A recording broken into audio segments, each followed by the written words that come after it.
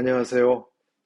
여러분, 이렇게 영상으로 뵙게 돼서 너무 기쁘고 반갑습니다. 저와 제 아내가, 저희들 아이들도 마찬가지지만, 지금 코로나 때문에 교회도 가지 못하고, 집에서 이런 영상 촬영하고, 또 여러분과 함께 메시지를 나누고자 합니다. 오늘 이 주일날 이 말씀을 통해서 우리 모두 함께 은혜 받는 소중한 시간이 되기를 바랍니다. 반갑습니다, 여러분. 네, 오늘 하나님께서 우리에게 귀중한 말씀을 주셨습니다. 요한복음 1장 35절에서 42절까지의 말씀입니다. 제가 읽겠습니다. 35절부터. 다음날 요한은 자기 두 제자와 함께 다시 그곳에 서 있다가 예수께서 지나가시는 것을 보고 말했습니다. 보라, 하나님의 어린 양이시다. 그 말을 듣고 요한의 두 제자가 예수를 따라갔습니다. 예수께서 뒤를 돌아 그들이 따라오는 것을 보고 물으셨습니다. 무엇을 원하느냐? 그들이 대답했습니다. 랍비여, 어디에 머물고 계십니까? 랍비는 선생이라는 뜻입니다. 예수께서 대답하셨습니다. 와서 보라. 그래서 두 제자는 가서 그분이 계시는 곳을 보고 그날 그분과 함께 지냈습니다. 때는 오후 4시쯤이었습니다. 요한의 말을 듣고 예수를 따라간 두 사람 중 한 사람은 시몬 베드로의 동생 안드레였습니다. 안드레는 가장 먼저 자기 형 시몬을 찾아가 말했습니다. 우리가 메시아를 만났다. 메시아는 그리스도라는 뜻입니다. 그리고 그는 시몬을 예수께 데려왔습니다. 예수께서 시몬을 보고 말씀하셨습니다. 너는 요한의 아들 시몬이구나. 이제 너는 게바라고 불릴 것이다. 게바는 베드로라는 뜻입니다. 아멘.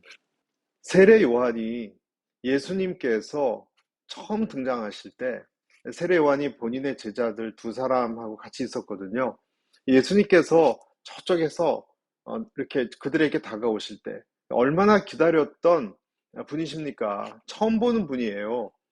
그런데 그에 대해서 뭐라고 표현을 했냐면 보라 하나님의 어린 양이로다. 하나님의 어린 양이로다. 이렇게 그를 묘사했습니다. 그 전에도 세례 요한은 앞절에도 보라 하나님의 세상 죄를 지고 가는 하나님의 어린 양이로다. 이렇게 표현하기도 하셨어요.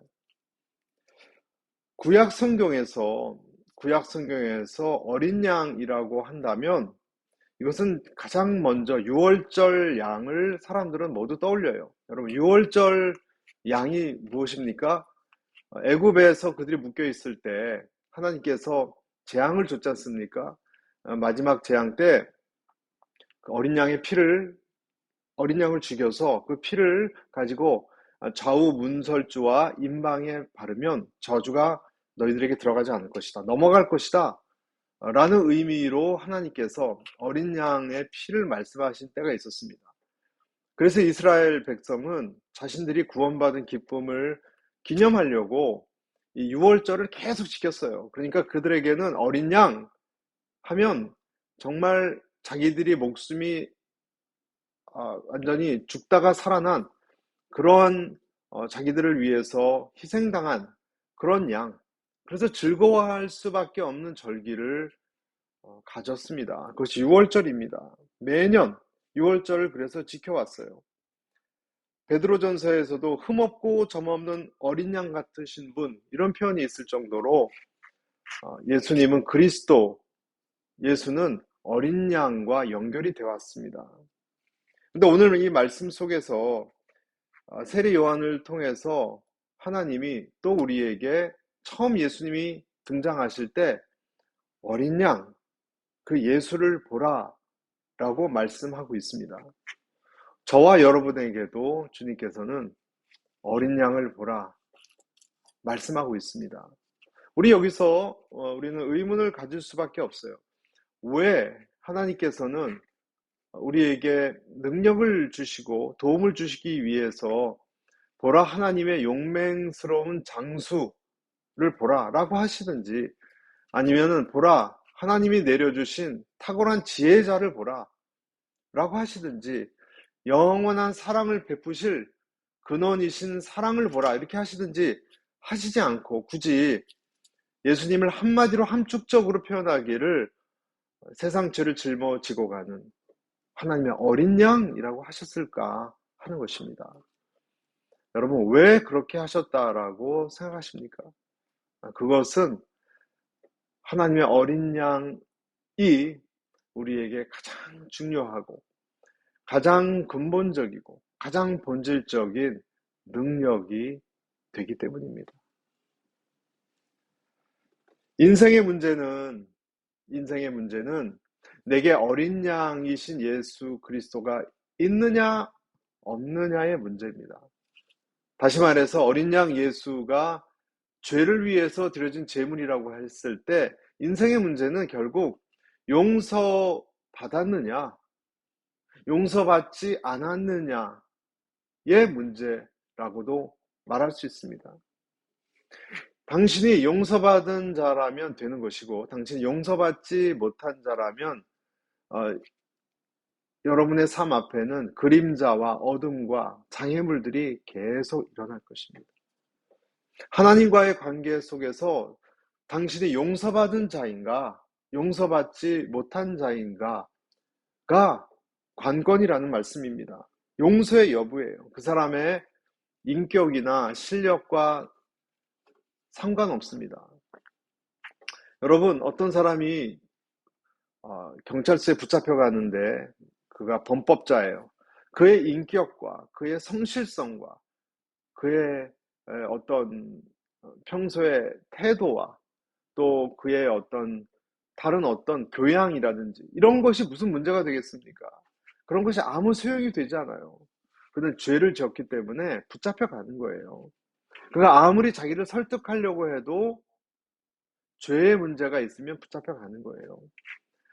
아무리 내가 내 친구들을 데리고 오고 아는 친척들을 데리고 와서 마치 만약에 빚쟁이가 저희 집에 와서 이 가압류된 가구들 이런 것을 다 뺏어가고 우리에게 접근하지 못하게 하고 그런 일이 일어났다고 합시다. 빚쟁이들이 다 가져간다고 쳐보세요. 아무리 내가 완력으로 정말 모든 사람들 데리고 와서 그들을 막아보려고 해도 그것은 가능하지 않습니다. 왜냐하면 이것은 불법이기 때문에 내가 그 빚을 갚으면 그것은 내 것이 되는 것이고 법적으로 내 것이 아니기 때문에 넘어간 것이기 때문에 아무 소유권이 없는 거예요. 이것은 한 사람이 되었건 한 가정이 되었건 한 나라가 되었건 여러분 우리나라가 일제 넘어간 다음에 나라 잃은 조선 사람들은 더 이상 그들을 지켜줄 사람이 없었어요. 경찰도 대한민국 경찰이 없었어요. 아무 힘이 없었어요. 왜냐하면 법적으로 우리는 보호받지 못하기 때문에 우리는 어떤 것을 법적으로 해결할 수 없으면 어떤 능력도 발휘할 수가 없는 것입니다. 다 팔려버리면. 여러분, 빚을 갚으면 되는 거예요. 형량을 채우면 해결되는 거예요. 그러나 그 전까지는 그가 아무리 어떤 인격이건 그가 어떠한 성실성이건 어떤 설득력이 있는 아름다운 말로도 그를 구할 수 있는 방법은 없어요. 영적인 세계는 어떨까요? 영적인 세계는 더하죠. 하나님의 세계는 어떤 면에서는 의와 또 죄로 형성된 세계라고도 말할 수 있습니다. 하나님의 용서를 받지 못하고 죄로 가득 찬 이스라엘 백성에게 질병과 재난과 기근 이런 것들이 끊이지 않았습니다. 하나님이 그들을 훈련시키시는 거죠. 경제도 막히고 정치도 막히고 그리고 군사적으로도 이방 민족들이 침입해 들어와서 가족들을 뿔뿔이 헤어지게 하고 붙잡아가고 목숨을 잃기도 하고 이러한 끔찍한 일들이 실제로 일어났습니다. 왜 그런 일이 일어났을까요? 이스라엘 백성이 용서받지 못한 죄를 지은 사람들이었기 때문입니다. 잘 이해가 가지 않아요. 그들의 고향 땅에 밭과 젖은 다 불에 타버리고 그들은 다 이방 나라로 붙잡혀가는 이런 일들을 그들이 어찌 쉽게 이해할 수가 있겠습니까? 왜 우리에게 이런 일이 일어났는가? 이해할 수가 없는 일들이 일어나는 것입니다. 죄를 지은 아합 왕의 땅에는 3년 반 동안 비가 내리지 않았습니다. 이해할 수 없는 일입니다. 예수님을 만나기까지 친구들에 의해서 4명의 친구들이 들것에 실어서 지붕을 뚫고 내려옴을 당했던 중풍병자 마찬가지로 그가 주님을 만날 때까지 왜 이런 일들이 일어나는지 잘 이해하지 못했을 겁니다. 왜 그랬을까요? 그들을 그렇게 한 것은 죄 때문이죠. 용서받지 못한 죄, 회개하지 않은 죄 때문에 이해할 수 없는, 알 수 없는 일들이 구름처럼 그들을 막았던 것입니다. 여러분, 관계의 문제도 마찬가지예요. 그것이 가족의 문제건 친구 사이건 내 자신의 문제건 이 죄의 문제를 해결하지 못하면 사람은 부정적 에너지, 이 분노의 에너지를 도저히 처리할 수가 없어서 우리가 알듯이 모든 관계에 폭발한 에너지로 서로 해치고 공격하고 그리고 파괴시키는 그것이 애인 사이건 친구 사이건 부모 자식 그 가정 안의 문제건 그런 일이 해소될 수 없는 것입니다. 이것을 보면 예수님으로 인해서 우리가 죄를 회개하는 이 단계로 들어가지 않는 이 세상 사람들이 왜 이토록 폭발적으로 이 어둠의 에너지, 죄의 문제를 해결하지 못한 채로 신음하고 있는지를 알 수 있습니다. 용서받는다는 것, 죄의 어떤 고리가 끊긴다는 것, 여러분 그것을 우리가 깊이 생각하지 못한다면 우리는 과연 핵심을 건드리지 못하고 주변만 뺑뺑 도는 셈이 되고 말 거예요. 그래서 성경은 어린 양 예수를 보라고 말합니다. 저와 여러분에게 어린 양 예수를 바라보라고 말씀하십니다. 왜냐하면 그 어린 양 예수가 우리의 모든 인간의 뿌리의 문제의 최종적인 해결책이기 때문입니다. 내가 당하든지 죄로 인해서 죄와 그 저주 때문에 내가 당하든지 아니면 누군가가 그것을 대신 당하든지 어찌됐든 그것을 누군가는 감당해야 되는 거예요. 언젠가 제가 TV에서 히말라야를 등반하는 이 등산객 프로그램을 본 적이 있습니다. 엄청난 무거운 그 짐을 짊어지고 그 높은 산의 꼭대기를 향해서 그 좁은 낭떠러지 길을 올라가는데요. 그 한국 사람들이 어, 그 집이 너무 어려우니까 이 현지인들을 고용했어요. 현지인들을 짐꾼들이죠. 짐꾼들을 고용해서 그들이 돈을 얼마 받고 그 몇십 킬로 되는 그 온갖 카메라 장비부터 해서 오죽 무겁습니까? 그것을 짊어지고 같이 가는 거예요. 일명 셰르파라고 하더라고요. 셰르파. 짐꾼들, 전문적인 짐꾼들. 그들의 얼굴을 봤더니 전부 이 바람과 그 날씨 때문에 얼굴은 구슬렸고 또 주름살도 깊이 패였고 나이도 그렇게 젊지 않았습니다. 그런데 그 세월을 거치면서 온몸이 굳은 살과 그 잔뼈가 굵은 그 사람들이 어찌나 짐을 잘 지고 가는지. 그러나 그들도 역시 무거운 짐이니까 굉장히 힘들어 보였습니다. 그 장면을 보면서 너무너무 마음이 아팠습니다. 그들은 물론 먹고 살기 위해서 그 일을 하는 것이지만 한편으로는 그들이 없었다면 이 일이 처리되지 않을 것이다 라는 생각을 하게 됐습니다. 그리고 참 쉽지 않은 인생살이구나. 어려운 인생을 살고 있구나. 경탄한 적이 있어요. 마태복음 11장 28절에 우리가 잘 아는 말씀이 있죠. 수고하고 무거운 짐을 진 모든 사람은 다 내게로 오라. 내가 너희를 쉬게 할 것이다. 성경은 이렇게 말해요. 수고하고 무거운 짐 진 모든 사람들. 수고했으면 짐이 가벼워져야 되는데 수고했는데 짐이 주렁주렁 매달린 이 사람들 자기 힘으로 도저히 해결할 수 없이 높은 산봉우리를 걸어 올라간 것 같이 힘든 인생들을 향해서 주님은 다 내게로 오라 말씀하십니다. 그리고 그 짐을 대신 짊어지시겠다고 말씀하십니다. 예수님께서 우리의 셰르파가 되어주시는 거예요. 히말라야 산봉우리를 올라가는 짐꾼처럼 내 짐을 대신 짊어지는 셰르파이신 예수님이 되시는 거예요. 내 죄의 짐을 그분이 가져가는 거예요. 그러니까 내게 있었던 그 독소가 옮겨가는 거예요. 이런 일이 어린 양 예수에게 일어난다는 거예요. 여러분, 어디에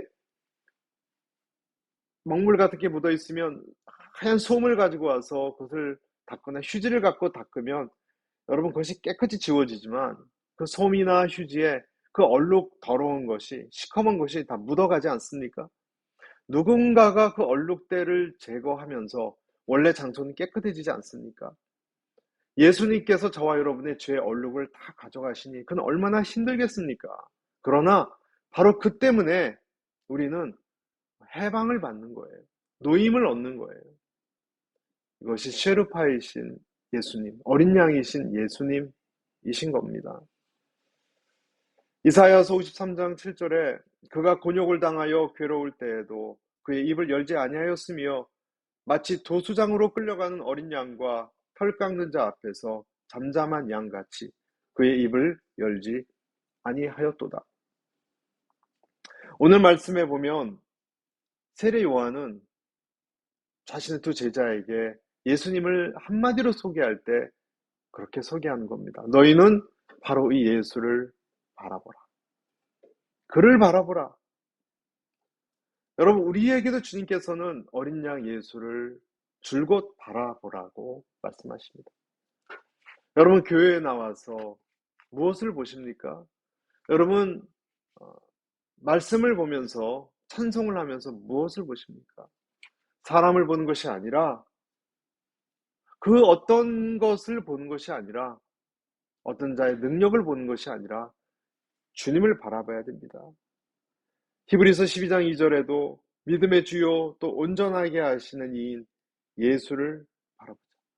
우리는 너무 다른 곳을 바라보느라고 정신이 산란합니다. 그러나 우리가 예수님을 바라볼 때 참된 하나님의 능력이 우리에게 임하는 것을 여러분 믿으셔야 됩니다. 그분을 바라보면 바라볼수록 내 안에 그분의 사랑의 숨결이 들어온다는 거예요. 여러분, 다시 말씀드립니다. 내가 주님을 바라보면 어떤 일이 일어나는가? 내 죄와 내 어둠과 내 연약함 위로 그 예수님의 사랑과 따스함의 바람이 산들바람처럼 내 안으로 불어 들어온다는 겁니다.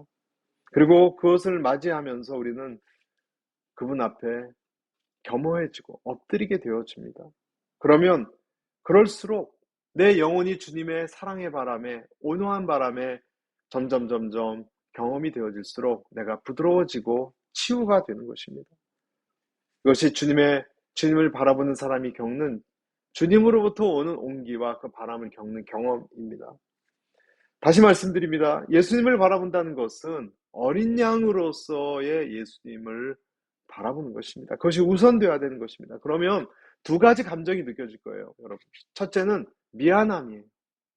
미안함이 느껴지는 거예요. 그리고 또 한 가지는 기쁨이에요. 이 두 가지가 반대되는 것 같지만 하나는 미안함이고 하나는 기쁨이에요. 어린 양으로 그분을 바라볼 때.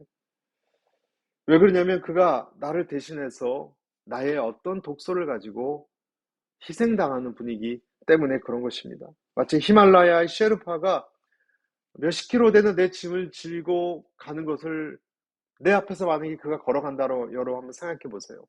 내 무거운 배낭을 그에게 짊어지고 일정량의 돈은 주겠지만 그가 그걸 짊어지고 가는 것을 한번 상상해 보십시오. 미안하지 않습니까? 물론 그는 그 생존을 위해서 할 수밖에 없는 것이라 하지만 그렇지만 또 한편으로는 가벼워졌으니까 내가 살 것 같다라는 생각 들지 않습니까? 저는 몽골 아우리치를 갔던 때를 잘 잊지 못해요. 여러분, 제가 몽골 아우리치를 수년 전에 간 적이 있는데 모든 사역을 마치고 마지막 한 2, 3일 남겼을 때 깊은 트렐치라는 곳에 가서 저희가 이제 우리가 좀 마무리를 하고 안식을 하자. 거기서 우리 겔 체험도 해보자. 겔이라고 한다면 천막, 동그란 천막에서 자는 거 있죠? 몽골 사람들, 원주민들이 그것을 체험해보고 싶어서 거기까지 갔습니다. 갔더니 어느 양들을 키우고 있는 곳에 저희들을 내려놓고 그 양들 중에서 한 마리를 고르라는 거예요. 왜 그런지 몰랐어요. 근데 잘 기억이 나지 않지만 그 중에 한 양을 아주 어린 양도 아니고 약간 좀 청소년기가 있는 그 양을 골라서 저희 봉고차 2대인데 저는 조수석에 앉았고, 마침 제가 조수석에 차 2대 중에 한 차에 조수석에 앉은 앞에 그 어린 양을 이렇게 양쪽 네 다리를 2개씩 묶고 이렇게 내려놨어요. 알고 봤더니 저희 숙소가 있는 데 가서 양을 잡는 거예요. 그래서 양 고기를 해준다고. 그러니까 우리가 골랐던 양은 먹이로 도살당할 양이에요. 그러니까 얼마나 제가 미안했겠습니까, 여러분. 제 발 앞에, 조수석 앞에, 그 얼마 후면 죽을 그 어린 양이 2다리가 꽁꽁 묶인 채로 누워 있는데, 눈망울이 너무 불쌍해 보였어요, 저는. 그리고 무서웠는지 이게 변을 쌌는데, 까만 바둑알 같은 것들을 이렇게 좀 싸더라고요. 근데 조그만 소리로 매매 그러면서, 이렇게 버둥거리면서 갔던 그 양이 제 발등에도 이렇게 닿아서 그 촉감도 느껴지고 그 기억이 납니다. 여러분, 너무 미안한 거예요. 물론 그 양을, 왜 꼭 그 양을 먹었어야 되는지 잘 모르겠지만, 만약에 저희에게 양식이 없는데, 유일한 양식인데 그 양이 저희를 살리기 위해서 죽어준다면, 여러분, 한편으로는 미안하고, 한편으로는 우리가 살았다라는 기쁨이 있지 않겠습니까? 여러분 한번 생각해 보십시오. 만약에 우리가 어떤 강도떼에게 우리 일행이 붙잡혔는데, 한 사람을 볼모로 잡고 너희들은 풀어주겠다. 한 사람은 여기 인질로 잡혀 있어야 된다. 너희가 우리가 원하는 거액의 돈을 갖고 오면 그 한 사람은 그때 살려줄 것이다. 갖고 오지 않으면 이 사람의 목숨은 어떻게 될지 모른다. 만약에. 그렇다면 여러분, 너희 중에 한 사람을 볼모로 잡겠다 할 때 누가 선뜻 그 강도떼에게 포로로 잡혀 있고자 한 자가 누가 있겠습니까, 여러분? 한번 그런 거 우리 가끔 상상해 보지 않습니까? 그때 여러분이 나가시겠습니까? 그때 만약에 어느 한 사람이, 우리 중에 친구 중에 한 사람이 제가 볼모로 잡혀 있겠습니다 했을 때, 누군가는 가야 되는데, 만약에 한 명도 안 나오면 다 죽이겠다라고 했을 때, 한 사람이 그것을 희생당하겠다, 볼모로 있겠다. 그러면 우리는 너무 미안하지 않습니까? 너무 미안하지 않습니까? 그러나 또 한편으로는 너무 솔직히 기쁘지 않습니까? 내가 그 사람이 아니라는 것이. 우리가 예수님이 어린 양으로서 그분을 바라보라고 했을 때 우리에게 다가오는 감정은 그 2가지인 것 같아요. 하나는 너무 죄송한 거예요. 나를 위해서 내 이 죄, 이 저주를 짊어지시기 때문에 너무 미안한 거예요. 그러나 또 한편으로는 사실 감사한 거예요. 기쁜 거예요. 왜냐하면 내가 이제 살아날 수 있기 때문에. 그래서 그분을 바라볼 때마다 우리 이 2가지 감정을 경험하는 거예요. 예수를 바라보라, 어린 양이신 예수를 바라보라 할 때 그분에 의해서 오는 이 사랑의 미안한 감정, 희생을 당한 자로부터 얻는 미안한 감정과 함께 나도 살았다! 근데 난 살 수 있구나! 라는 기쁨의 감정이 같이 불어오는 거예요. 이것이 세례 요한이 우리가 예수님을 바라보면서 경험하라고 하는 내용의 이유인 것입니다.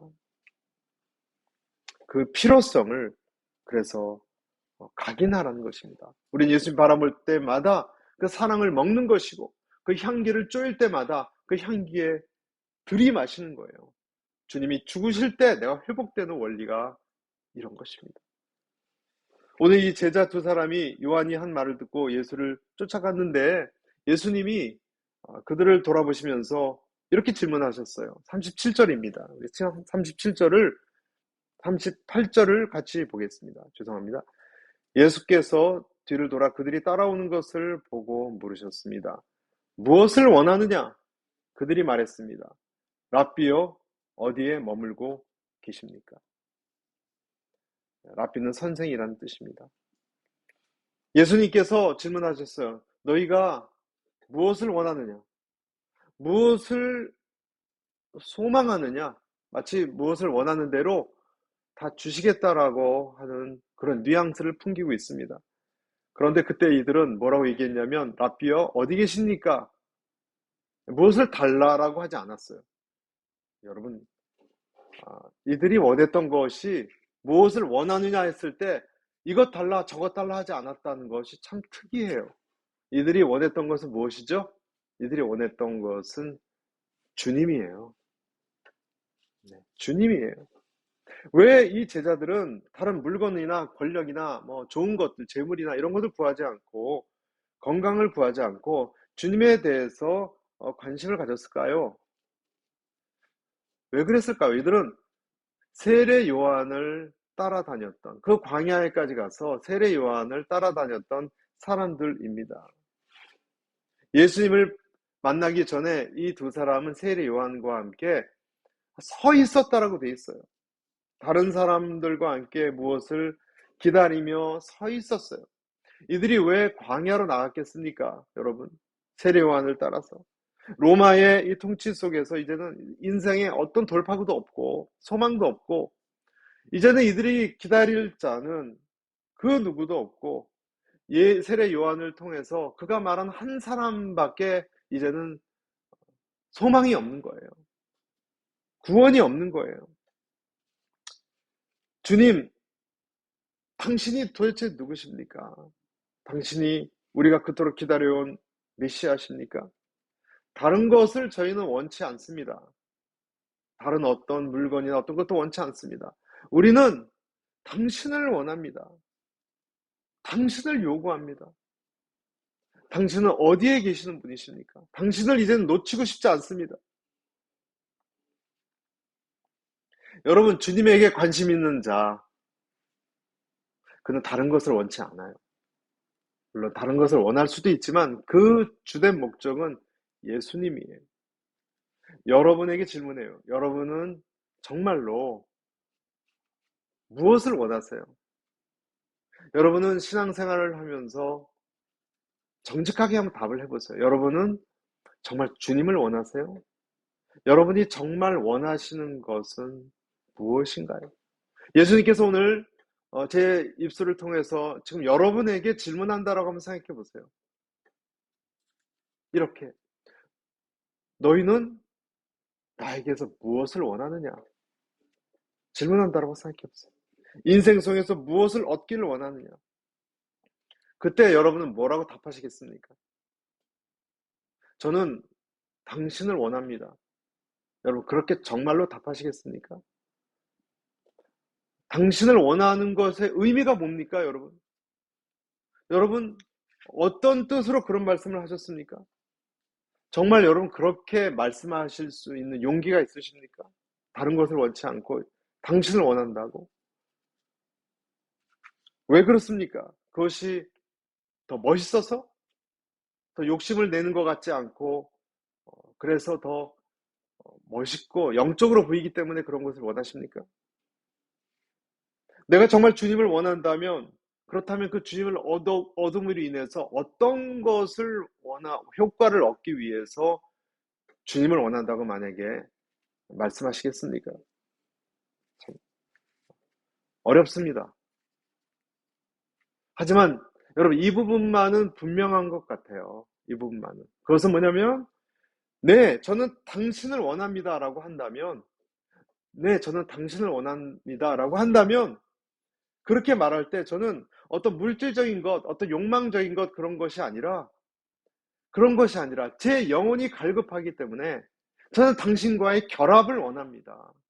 당신과 하나 되기를 원합니다. 당신을 맛보기를 원합니다. 영적인 나의 허기에 대해서 말하고 있는 거예요. 영적인 어떤 배고픔에 대해서 말하고 있는 거예요. 내가 다른 것은 다 해봤지만 나는 그런 것에 이제 지쳤습니다. 그런 것은 이제 나한테 큰 의미가 없습니다. 나는 당신을 소망하고 당신을 소유하기를 원합니다. 내가 다른 것에서 경험도 해봤지만 그것은 나를 채워주지 못했고 그것으로 실패했습니다. 불만족스럽습니다. 그러나 당신만은 충분히 내가 알아가지지 않고 갈망하지 않았고 만나지 못한 것 같습니다. 그것을 원하는 것은 분명한 것 같아요. 그렇지 않습니까? 만약에 여러분이 그렇게 주님을 원한다면 저는 이렇게 말씀드릴 수 있어요. 저나 여러분이나 그 사람은 하나님의 자녀가 맞아요. 하나님의 자녀가 맞아요. 하나님의 자녀는 하나님을 원하는 것이 맞아요. 자식은 부모를 원하지 부모에게 또 무엇을 돈을 달라 그러겠습니까? 부모가 중요하지. 여러분, 부모를 만나거나 또 가족을 만나면 그 자체가 만족스러운 것이지 더 어떤 선물을 원한다고 말할 수가 있겠습니까? 여러분, 우리가 교회에 나와서 하나님을 만나서 말씀을 읽고 찬송을 부르고 기도를 하는 것도 무엇을 얻기 위해서가 아니라 하나님을 만나기 위해서 그런 것이 아니겠습니까? 다 하나님의 갈망하는 거예요. 여러분이 하나님에 대한 갈망이 없기 때문에 이것이 본연적으로 내가 원하는 것이 아니기 때문에 우리는 자꾸 부차적인 것을 원해서 이거 달라 저거 달라 그렇게 중요하지 않은 것에 목매이는지도 몰라요. 왜냐하면 하나님이 갈급하지 않기 때문에. 그러나 하나님의 사람들은요, 주님의 사람들은요, 하나님의 맛을 원해요. 하나님의 향기를 원해요. 하나님의 품을 그리워해요. 시편 27편 4절에 이런 말씀이 있습니다. 한 가지 내가 여호와께 바라는 것이 있으니 내가 찾는 것은 이것입니다. 내가 평생 여호와의 집에 있어 여호와의 아름다움을 바라보고 주의 성전에서 엿줍는 것입니다. 여호와를 앙망하고 바라보고 주의 성전에서 주님을 평생 여러분 여호와를 바라보는 것입니다. 뭘 달라는 것이 없습니다. 그냥 그냥 주님과 함께 거하는 기쁨이에요. 주님의 집에서.